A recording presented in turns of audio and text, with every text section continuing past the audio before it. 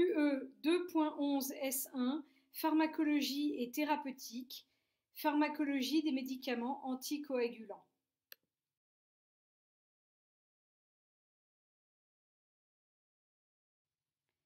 On appelle hémostase l'ensemble des mécanismes physiologiques qui concourent à l'arrêt d'un saignement en cas de lésion vasculaire, tout en maintenant la fluidité du sang circulant. Il s'agit d'un système complexe car le sang doit rester fluide pour éviter la thrombose qui pourrait obstruer les vaisseaux, mais en cas de lésion des vaisseaux, il est nécessaire de constituer un thrombus, c'est-à-dire un caillot de sang, pour empêcher le sang de quitter le vaisseau endommagé. Il existe donc, à l'état physiologique, un équilibre entre les phénomènes de coagulation et de fibrinolyse. Lorsque cet équilibre est rompu, une hémorragie ou une thrombose peuvent survenir. Une thrombose consiste en la formation d'un thrombus qui obstrue un vaisseau sanguin.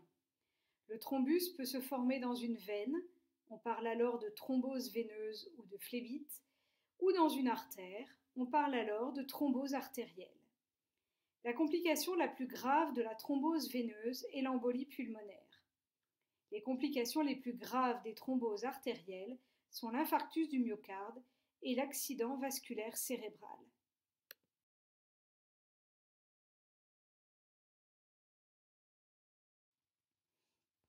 L'hémostase comprend plusieurs phénomènes. Tout d'abord, l'hémostase primaire qui permet l'arrêt du saignement grâce à la formation d'un clou plaquettaire. Les principaux acteurs de l'hémostase primaire sont la paroi vasculaire et les plaquettes. En effet, les vaisseaux sanguins eux-mêmes vont se contracter pour réduire la brèche vasculaire et réduire le débit sanguin, ce qui limite la perte de sang.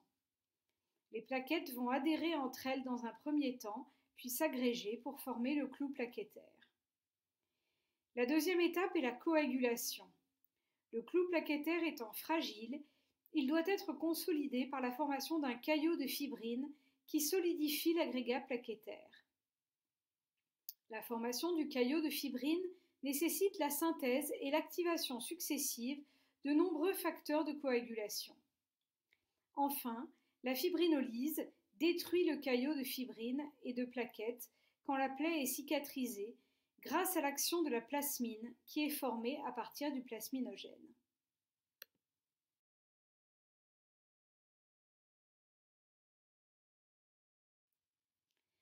Lors de l'hémostase primaire, les plaquettes adhèrent à l'endothélium vasculaire, s'activent et recrutent d'autres plaquettes circulantes. L'activation des plaquettes se fait grâce à de puissantes substances activatrices comme l'ADP ou adénosine diphosphate ou le thromboxane A2. Une fois activées, les plaquettes vont pouvoir ensuite s'agréger entre elles grâce au fibrinogène qui se fixe sur ces récepteurs plaquettaires. Le fibrinogène permet aux plaquettes de s'agglutiner entre elles en formant le clou plaquettaire.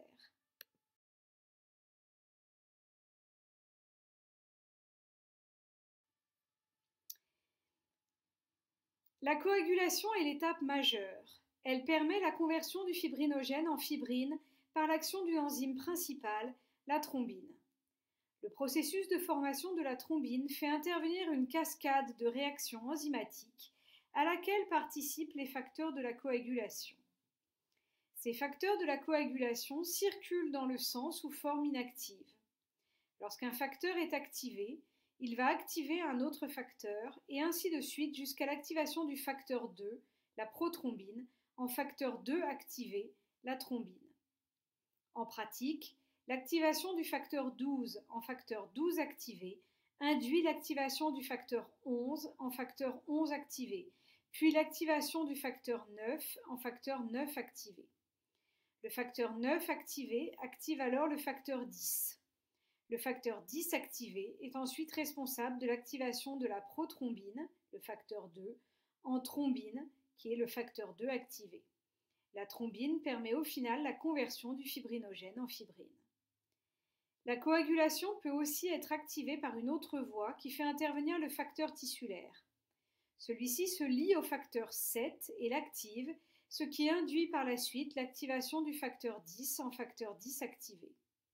Il existe un inhibiteur de la cascade de la coagulation, l'antithrombine, qui inhibe notamment le facteur 10 activé et la thrombine.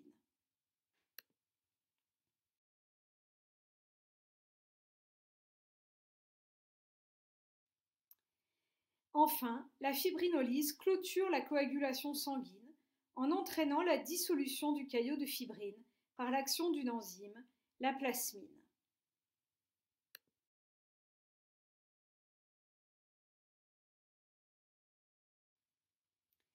Parmi les médicaments qui interviennent sur les mécanismes de l'hémostase, on distingue tout d'abord les antiagrégants plaquettaires qui agissent sur l'hémostase primaire en empêchant l'activation des plaquettes. Il existe également des médicaments anticoagulants qui inhibent directement ou indirectement la synthèse ou l'activité des différents facteurs de coagulation. Et enfin, les médicaments fibrinolytiques ou thrombolytiques favorisent la dégradation du thrombus.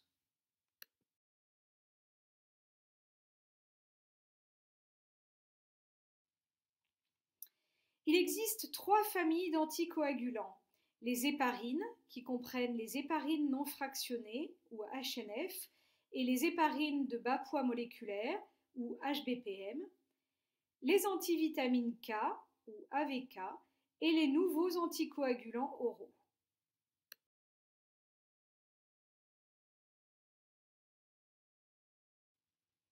Nous allons voir maintenant en détail les différents médicaments anticoagulants, en commençant par les héparines.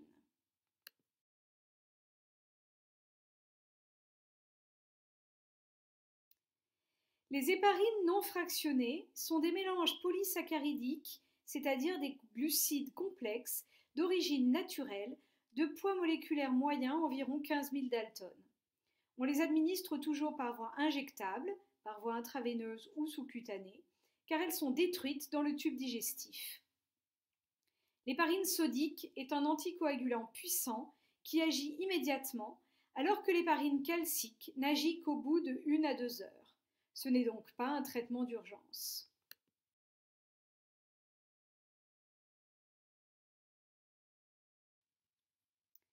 Leur mécanisme d'action passe par une potentialisation de l'effet de l'antithrombine. L'héparine se fixe sur l'antithrombine et forme avec elle un complexe qui inactive très rapidement principalement les facteurs de la coagulation 2A, c'est-à-dire la thrombine, et 10A.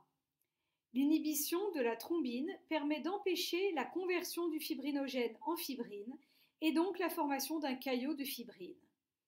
Les héparines non fractionnées exercent donc leur activité anticoagulante de manière indirecte puisqu'elles nécessitent la présence d'antithrombine.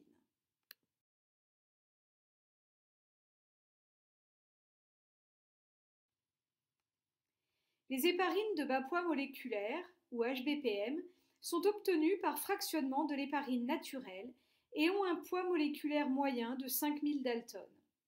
Il existe également un dérivé synthétique de l'héparine, le fondaparinux.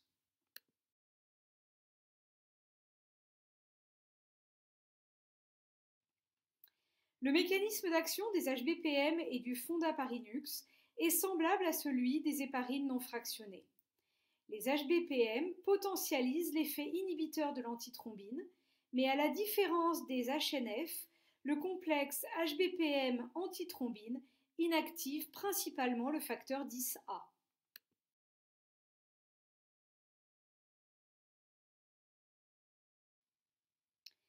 Les accidents hémorragiques sont la complication la plus fréquente, potentiellement grave, des héparines. On retrouve des épisodes d'épistaxis, de gingivorragie, des hématomes ou des hématuries. Ces accidents hémorragiques sont plus fréquents avec les héparines non fractionnées qu'avec les HBPM et sont corrélés à la dose administrée. Il est donc indispensable d'éviter les associations avec d'autres médicaments présentant un risque hémorragique, comme d'autres médicaments anticoagulants, des médicaments antiagrégants plaquettaires ou des médicaments fibrinolytiques. L'antidote utilisé en cas d'hémorragie majeure liée à un surdosage est le sulfate de protamine, administré en intraveineuse lente. Un autre effet indésirable des héparines est la survenue de thrombopénie induite par l'héparine, ou TIH. Il s'agit d'une pathologie rare, potentiellement grave, voire fatale, survenant chez les patients traités par héparine non fractionnée ou HBPM, qui correspond à une chute de 50% par rapport à la concentration de plaquettes initiale avant traitement par héparine et ou un nombre de plaquettes inférieur à 100 Giga par litre. La thrombopénie induite par l'héparine impose l'arrêt immédiat de l'héparine et l'utilisation d'autres médicaments antithrombotiques comme le danaparoïde. Le fondaparinux n'induit pas de thrombopénie. Pour tous ces médicaments, on retrouve également la possibilité de réaction cutanée au point d'injection.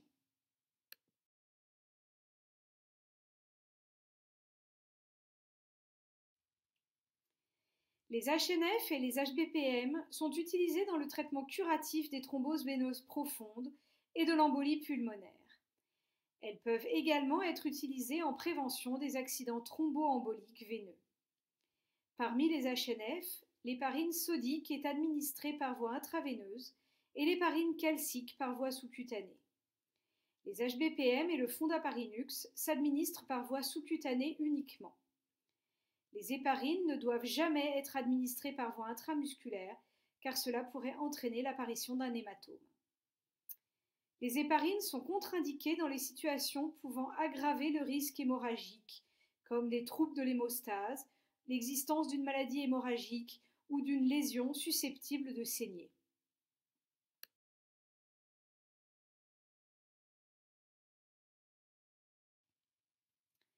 En raison de l'importante variabilité de la réponse anticoagulante observée avec les HNF, une surveillance biologique de ce traitement est nécessaire pour adapter les doses. Lors de tout traitement par HNF, il est nécessaire de surveiller d'une part la mesure du temps de céphaline avec activateur, ou TCA, ou alors la mesure de l'activité anti-DISA, qu'on appelle également héparinémie, 6 heures après le début de la perfusion et après toute modification de dose. En parallèle, il est nécessaire de surveiller la numération plaquettaire compte tenu du risque de thrombopénie. Les HBPM produisant une activité anticoagulante plus prévisible, il ne sera pas nécessaire de surveiller l'activité anti-DISA ou le TCA de façon systématique. En conséquence, pour le fondaparinux et les HBPM, aucune surveillance n'est nécessaire, sauf chez les patients à risque, par exemple les patients insuffisants rénaux ou les patients à risque d'hémorragie, chez lesquels il est nécessaire de surveiller l'activité anti-DISA.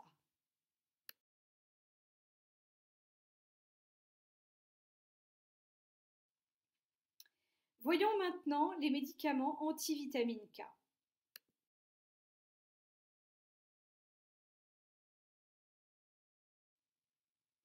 Les antivitamines K, ou AVK, sont des médicaments anticoagulants oraux largement prescrits. Il existe deux familles d'AVK, les dérivés coumariniques, parmi lesquels on retrouve la varfarine ou l'acénocoumarol, et le fluindione.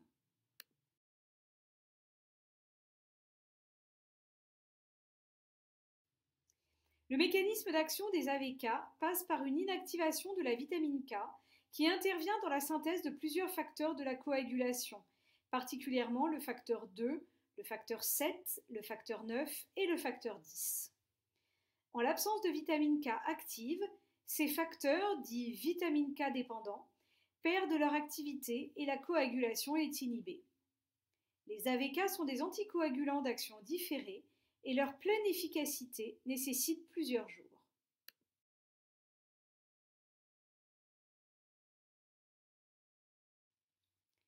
Les principaux effets indésirables des AVK sont des événements hémorragiques similaires à ceux observés avec les héparines. On retrouve donc des épisodes de type épistaxis, gingivorragie, hématome ou hématurie. L'antidote utilisé en cas d'hémorragie majeure liée à un surdosage est la vitamine K. La prévention et la prise en charge de ce risque constituent un enjeu majeur de santé publique car la prescription des AVK est importante en France.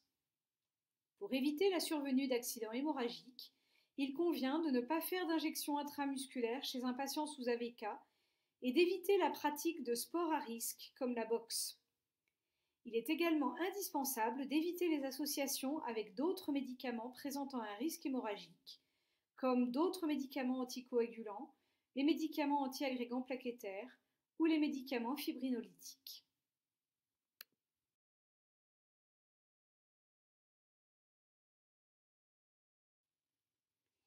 Les AVK sont principalement indiqués dans la prévention et le traitement des thromboses veineuses profondes. Ces médicaments ne sont absolument pas des traitements d'urgence en raison de leur délai d'action relativement long. Des relais entre anticoagulants sont fréquemment nécessaires, particulièrement le relais de l'héparine par un AVK. En raison du délai d'action de l'AVK, l'héparine doit être maintenue à dose inchangée pendant la durée nécessaire à l'obtention d'un INR dans la cible recherchée 2 jours consécutifs. Les AVK traversent la barrière placentaire et sont donc contre-indiqués au cours de la grossesse, notamment en raison du risque hémorragique. Ils passent également dans le lait maternel et sont donc contre-indiqués lors de l'allaitement. Les AVK sont également contre-indiqués dans les situations pouvant aggraver le risque hémorragique, comme les troubles de l'hémostase, l'existence d'une maladie hémorragique ou d'une lésion susceptible de saigner.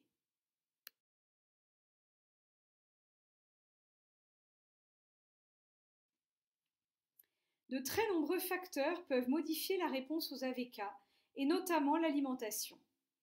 L'effet des AVK dépend de la quantité de vitamine K apportée par l'alimentation. Il est donc important que les patients aient un régime équilibré concernant leur apport alimentaire en vitamine K. Certains aliments sont particulièrement riches en vitamine K, notamment les légumes verts comme les choux, les brocolis ou les épinards, mais aussi les abats, les avocats, les carottes, les tomates, la laitue. La consommation de ces aliments est autorisée, mais avec modération. La surveillance biologique d'un traitement par AVK se fait par la mesure de l'INR. En l'absence d'AVK, l'INR est de 1 et il augmente avec la dose d'AVK. L'INR cible, pour avoir un niveau moyen d'anticoagulation, est compris entre 2 et 3. Au début du traitement, l'INR est dosé tous les 3 jours, puis ensuite tous les mois lorsque le traitement est équilibré. Le patient est informé de la fourchette dans laquelle doit se situer le résultat de son INR. Ces résultats sont notés sur le carnet de suivi du patient sous AVK.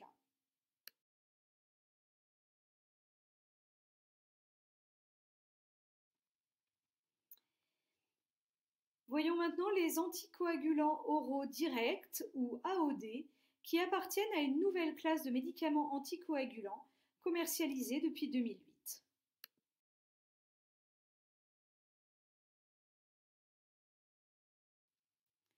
Les AOD sont des inhibiteurs directs du facteur 2A et ou du facteur 10A. Ils s'administrent par voie orale et ils ne nécessitent pas de surveillance biologique de l'activité anticoagulante.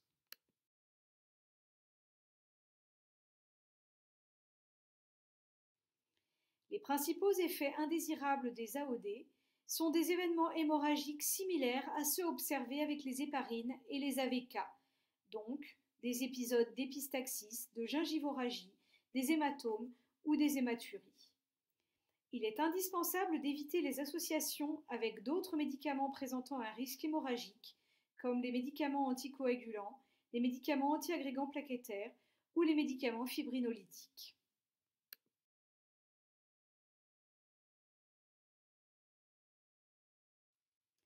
Les principales indications des anticoagulants oraux directs sont la prévention des événements thromboemboliques veineux, la prévention de l'accident vasculaire cérébral et le traitement de la thrombose veineuse profonde. Les AOD sont contre-indiqués dans les situations pouvant aggraver le risque hémorragique, comme les troubles de l'hémostase, les maladies hémorragiques ou les lésions susceptibles de saigner. Ils sont également contre-indiqués au cours de la grossesse et de l'allaitement.